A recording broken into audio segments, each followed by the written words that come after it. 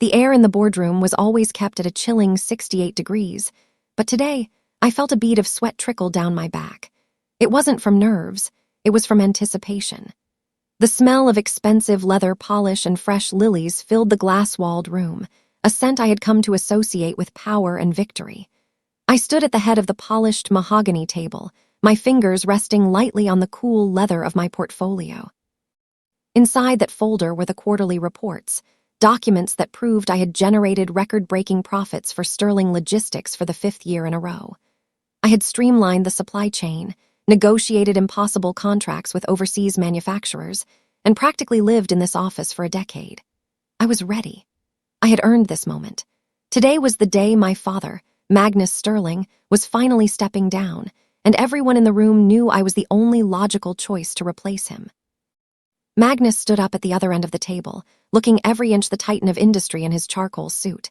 He tapped his crystal champagne glass with a silver spoon.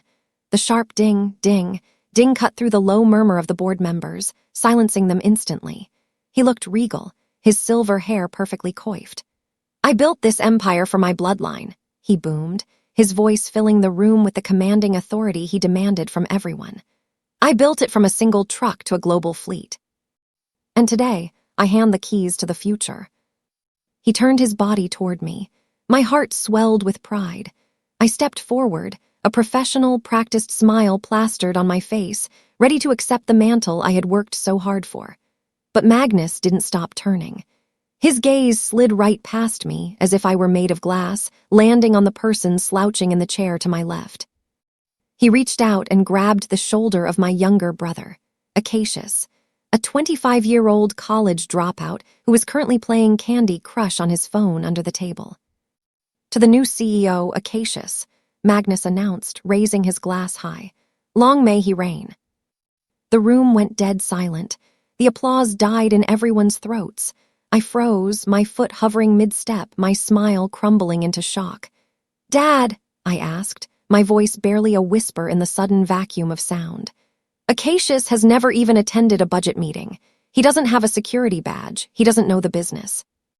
Magnus leaned in, his blue eyes cold enough to freeze the champagne in everyone's glasses. "Sit down, Odessa. Stop being dramatic. You are the spare. He is the heir. Your role is to serve him and ensure the transition is smooth." The words hung in the air like toxic smoke. "Serve him," I repeated, the words tasting like ash and metal in my mouth. My voice trembled with a rage I had suppressed for decades, a fire that was suddenly roaring to life in my chest. "I run the operations. I manage the global fleet. I negotiated the union contracts that kept us afloat during the recession. He doesn't know a supply chain from a bike chain. He failed introduction to business twice. He thinks logistics is a type of yoga." Magnus waved his hand dismissively as if he were swatting away a buzzing fly. He took a sip of his champagne unbothered. "And that's exactly why you'll stay on as vice president," he said, his tone bored. "You'll do the work, Acacius will be the face. It's better for the brand, Odessa. Investors trust a strong male lead. Men like doing business with men. It's just biology. You're too emotional for the top seat. Look at you now, getting hysterical over a business decision." Acacius finally looked up from his phone, realizing people were looking at him. He smirked, that lazy, entitled grin that had gotten him out of every trouble he'd ever been in since kindergarten. He stood up, walked over to the head of the table, and physically nudged me aside with his hip. He sat in the CEO chair, my chair, testing the hydraulics, spinning back and forth like a child with a new toy. "Don't worry, sis," he drawled, winking at the board members who were shifting uncomfortably in their seats. "I'll make sure you're taken care of. I'll even double your coffee budget. I know how much you love your lattes. Just make sure my schedule is clear for Fridays, okay? I have a standing tea time." The disrespect was palpable, thick enough to choke on. It wasn't just a professional snub, it was a public execution of my dignity. He looked at me not as a partner, but as a servant. My father looked at me not as a daughter, but as a tool to be used until it expired. I didn't yell. I didn't flip the heavy table or throw my drink in his face, though every fiber of my being screamed for violence. I felt a strange, cold calm wash over me, settling in my stomach like a stone.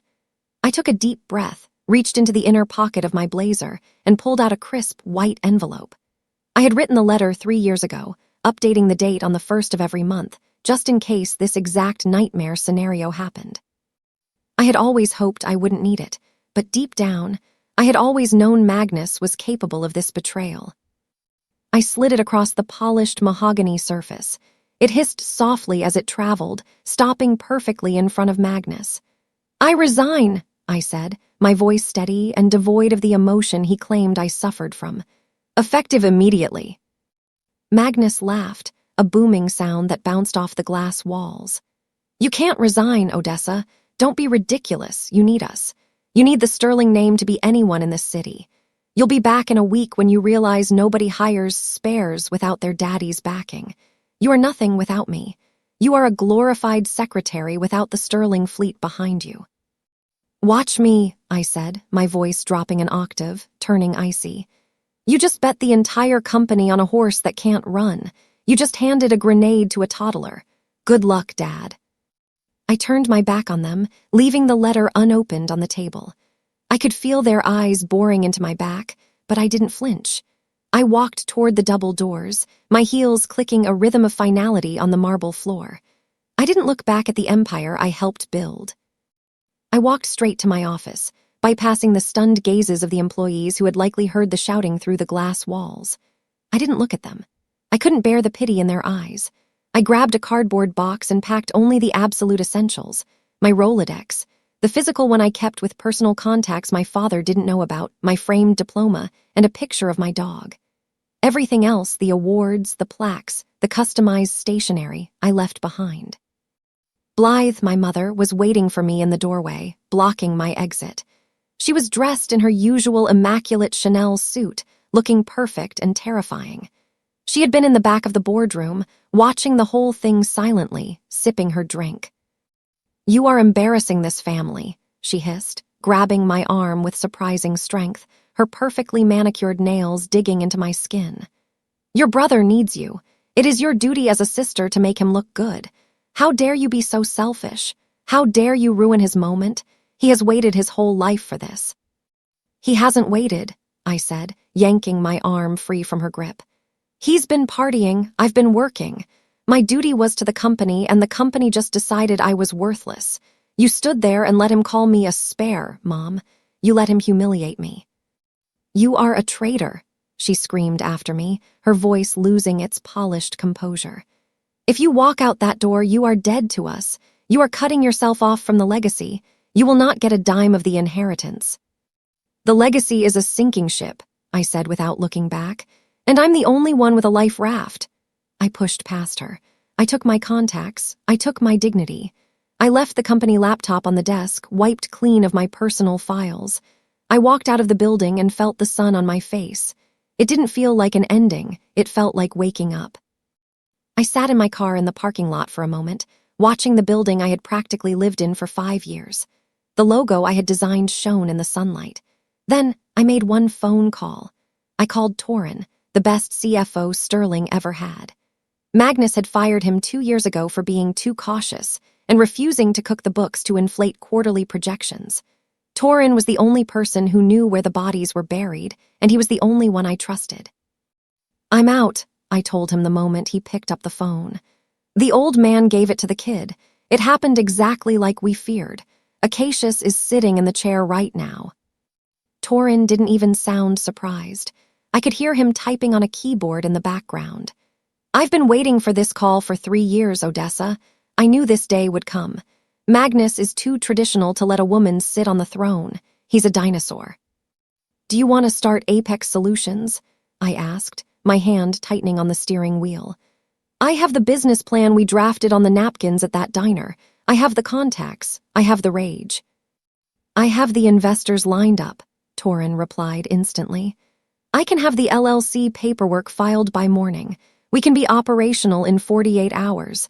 I found a space in the East District. It's rough, but it's cheap."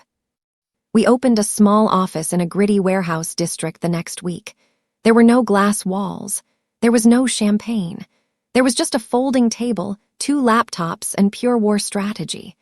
We weren't building a company. We were building a weapon designed to target Sterling logistics weaknesses.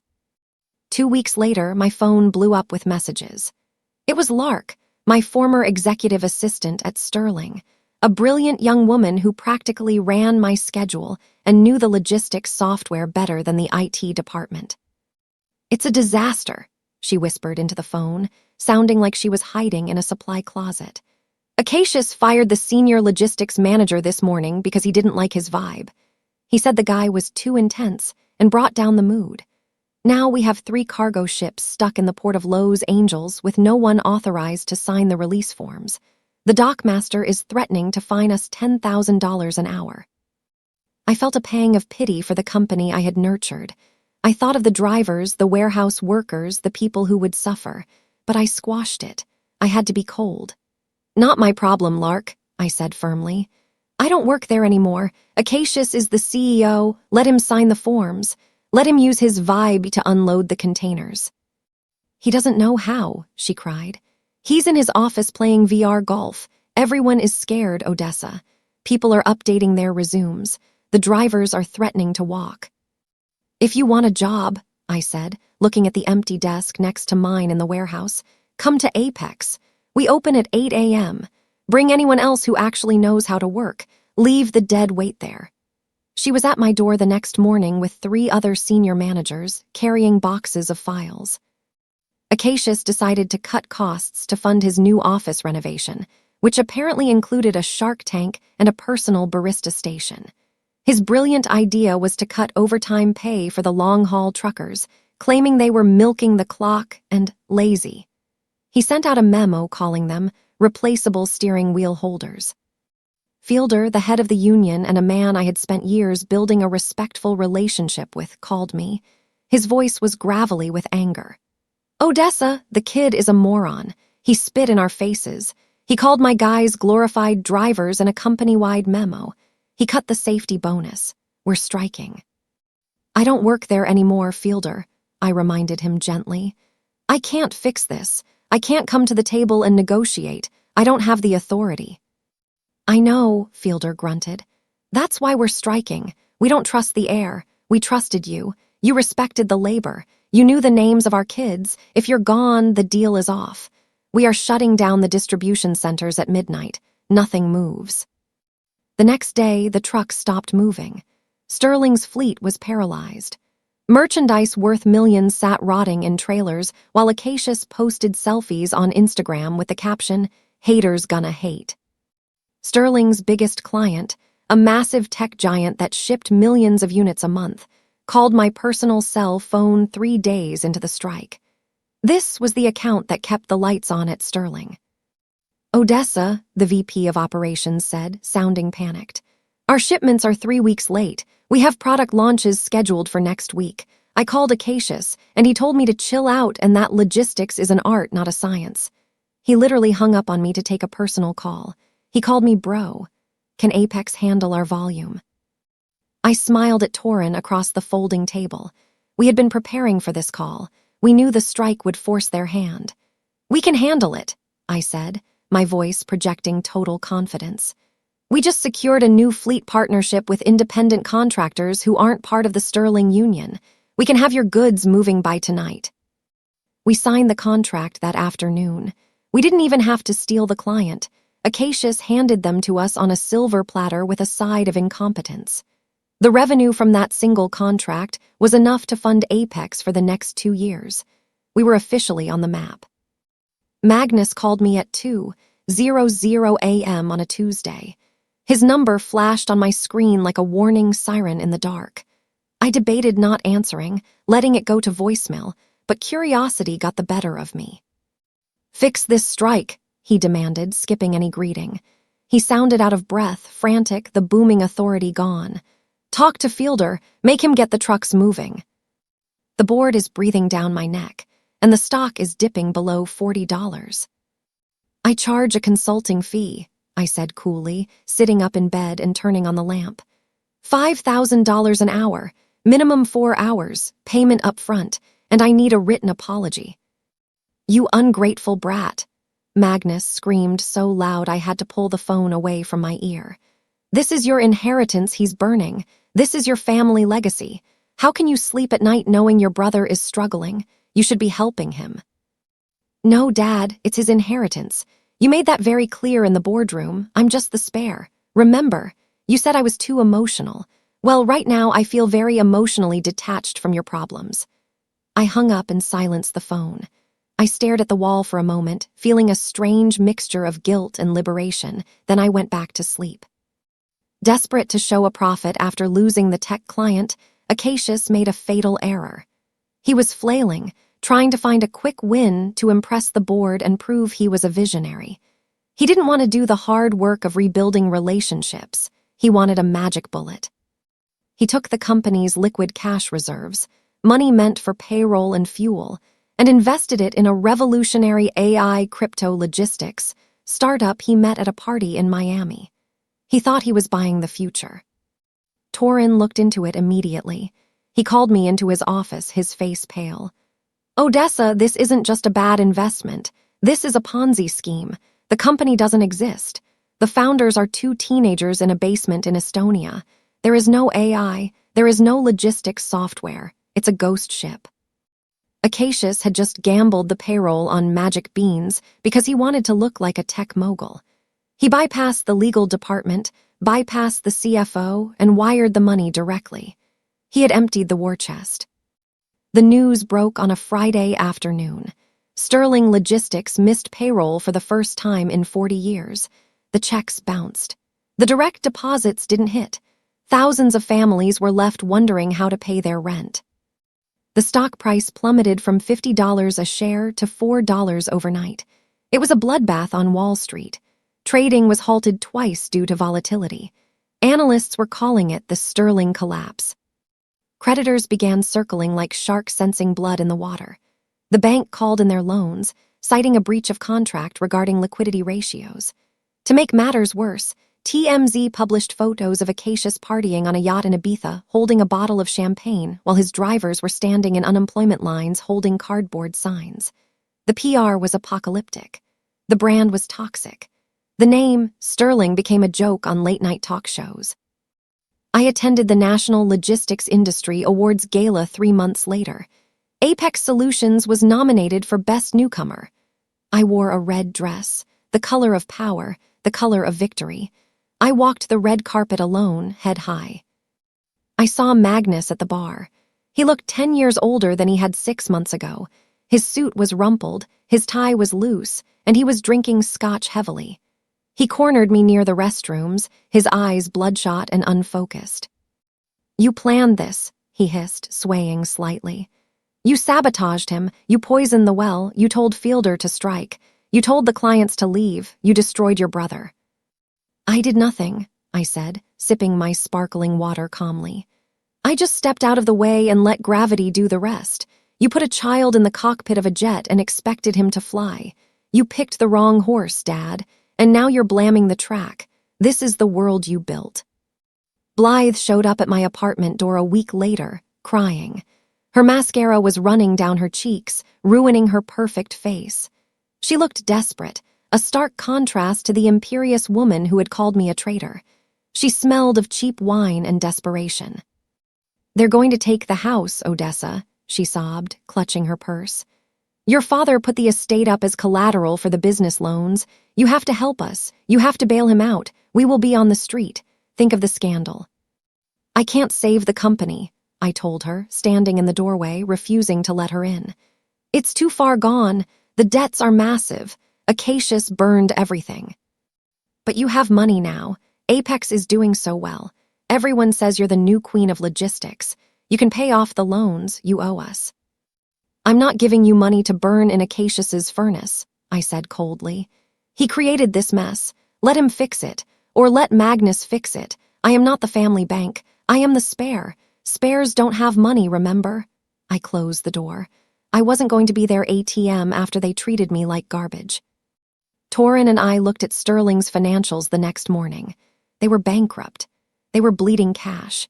They needed to sell the assets, the warehouses, the trucks, the proprietary software, the shipping lanes, immediately to avoid jail time for financial negligence.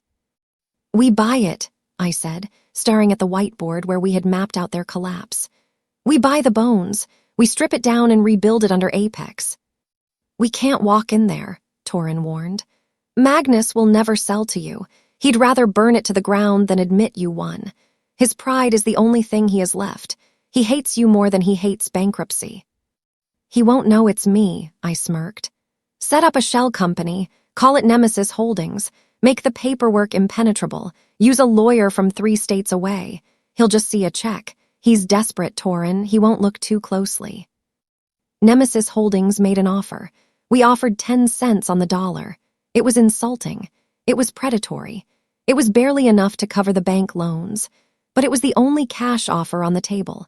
No one else wanted to touch the toxic mess Acacius had created. The competitors were just waiting for Sterling to die so they could pick up the scraps for free. The banks were forcing Magnus to sell. He had no choice. If he didn't sell, the bank would foreclose on everything, the business, the house, the cars. He would lose his status, his club membership, his identity. Torin sent the offer letter. We waited. It was the longest hour of my life. I paced the warehouse floor, checking my phone every 10 seconds. Finally, the email came through. They were willing to talk. Magnus refused to meet the buyers in person, too ashamed of his failure to face strangers. He sent Acacius and their high-priced lawyers to handle the negotiation. Torin went as the representative of Nemesis. I stayed behind, monitoring via text. Acacius looked hungover and bored, according to Torin. He sat there in a hoodie, spinning a pen, looking like he wanted to be anywhere else. We want to keep the brand name, Acacius demanded, leaning back in his chair. And I want a seat on the board. I have valuable insights into the modern market. Torin texted me under the table. He wants a board seat. He thinks he still has leverage. LOL, he says he's a visionary. I texted back, grant nothing. Crush him, no survivors, no board seat, no name retention rights, we take it all or we walk. During the due diligence phase, before the final signatures, we found the smoking gun. We gained access to the internal servers and found a folder of deleted emails that the IT guy hadn't actually scrubbed. Acacius had authorized the transfer of employee pension funds to cover his crypto loss. He had tried to hide it as consulting fees paid to a shell company he controlled. This wasn't just incompetence anymore. It was prison-worthy embezzlement. He had stolen from the workers, men and women who had given 30 years to the company, to cover his own gambling addiction. I stared at the screen, horrified. I had the leverage I needed to end this completely. I printed the emails. I held his freedom in my hands. I had Torin send the evidence to Magnus's lawyer with a simple note. Sign the deal at the offered price today, or this file goes to the FBI and the SEC. Magnus caved instantly. The fight went out of him. He realized his son wasn't just a failure. He was a criminal who could drag the whole family into federal prison. The scandal would be insurmountable. The deal was set to close in 24 hours. They were terrified. They signed the preliminary papers within 10 minutes of receiving the threat. They didn't even try to negotiate the price. They just wanted out. Acacius, oblivious to the legal bullet he had just dodged, posted on Instagram that night. A picture of him holding a cigar, sitting on the hood of a rented Ferrari. Caption, sold the company for millions. Retired at 25. Business genius cashing out, haters gonna hate. He didn't realize the sale price barely covered the debts to the bank. He was walking away with nothing but his freedom, and even that was a gift from me. He thought he had pulled off a great escape. And best of all, he didn't know who the new boss was. He thought Nemesis Holdings was some faceless conglomerate that would let him keep his office. The closing meeting was held in the same glass-walled boardroom where I had resigned 6 months ago. The room felt different now, dustier, sadder.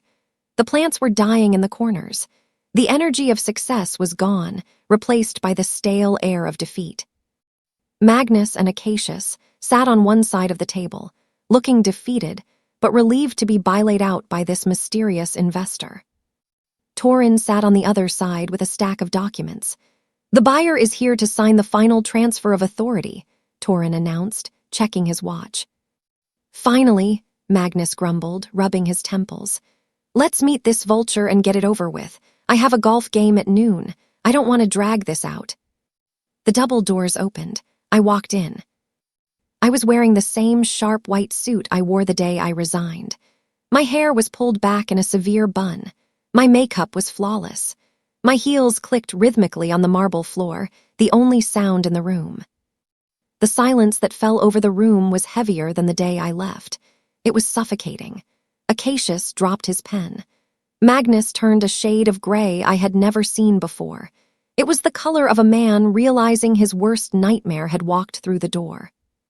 "Odessa," Acacius laughed nervously, looking around as if expecting a camera crew. "What are you doing here? Did you come to beg for a job? It's a little late, sis. We just sold the place. We're rich." I didn't answer. I walked past him, straight to the head of the table, my chair, and sat down. I placed my hands on the mahogany, claiming the space. "I'm not here for a job, Acacius," I said, picking up the heavy fountain pen Torin had left for me. I uncapped it slowly. "I'm Nemesis Holdings." Magnus turned pale white, his mouth opening and closing like a fish out of water. He gripped the edge of the table. No, I won't sell to you. I refuse. I will tear up the contract. I will burn this building down before I let you have it." "You already did," I said, tapping the signed preliminary agreement. "The money is in escrow. The assets are mine. The warehouses are mine. The name is mine. I own the chair you're sitting in. I own the desk your phone is on. I own the paintings on the walls." I looked Magnus dead in the eye. Not bad for a spare, right? "Well," Magnus stammered, trying to regain some semblance of control, smoothing his tie with trembling hands. He forced a smile that looked like a grimace. "This is unexpected, but good. It stays in the family. That's the important thing. Of course, I'll expect to stay on as chairman to guide you. You'll need my experience, obviously, and Acacius will need a VP role to maintain continuity with the younger demographic. We can work this out." "No," I cut him off sharply. The word rang out like a bell. I slid 2 thick, yellow envelopes across the table. "These are termination notices, effective immediately. You are both banned from the premises. Security is waiting to escort you out. Your badges have already been deactivated. You have 5 minutes to clear your personal effects." Acacius stood up, red-faced, slamming his fist on the table. "You can't fire me. I'm the heir. I built this. Well, I ran this. You can't just kick me out of my own company. I have rights." "You're a liability," I said, my voice calm and measured. "You bankrupted a fortune in 6 months. You stole from the pension fund. You are lucky I am not pressing charges for the embezzlement. That is my severance package to you, your freedom." I paused, pretending to think, tapping my chin. "However, I do have one position open. We're short on forklift drivers in the night shift at the docks. Minimum wage, no benefits, hard labor. It's really dusty down there and the hours are brutal." I smiled, a sharp, dangerous smile. "It's a great way to learn the business from the ground up, like you should have done years ago. Interested?" Acacius stormed out, cursing and knocking over a chair on his way to the door. He looked like a petulant child denied a toy, his bravado completely shattered. Magnus stood up slowly. He looked at me with a mix of pure hatred and begrudging respect. He saw himself in me for the first time, but it was too late. He realized he had bet on the wrong child, and the realization was crushing him. "You're cold, Odessa," he whispered, shaking his head. "You have ice in your veins." "I learned from the best," I replied, not breaking eye contact. I watched security escort them out of the building. I turned to Torin, who was grinning from ear to ear. "Get Fielder on the phone. Tell him the strike is over. We're raising wages and restoring the pension fund. And order new signage. Sterling is dead. Long live Apex." I spun the chair around to look at the city skyline through the glass walls. The sun was setting, casting a golden glow over the city. The empire was finally in the right hands. "My name is Odessa, and I am the CEO.